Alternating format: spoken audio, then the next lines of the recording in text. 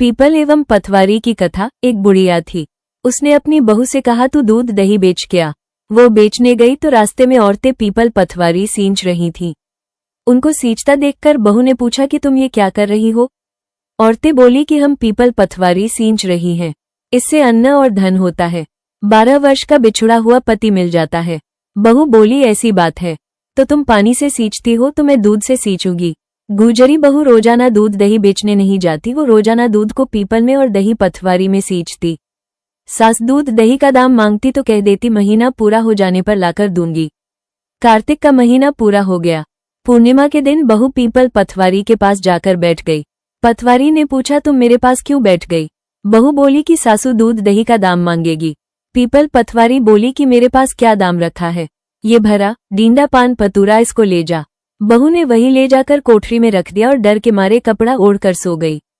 सासू बोली पैसे ले आई बहू। बहू बोली कोठरी में रखे हैं। सासू ने कोठरी खोल के देखी तो देखा हीरा मोती जगमगा रहे हैं।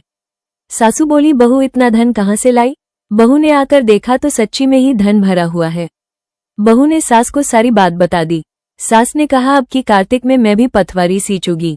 कार्तिक आया, सास दूध दही तो बेचाती, हांडी धोकर पीपल पथवारी में चढ़ा देती। आकर बहू से कहती मेरे से दाम मांग। वो कहती सासू जी कोई बहू भी दाम मांगती है, मगर सासू कहती तू मांग।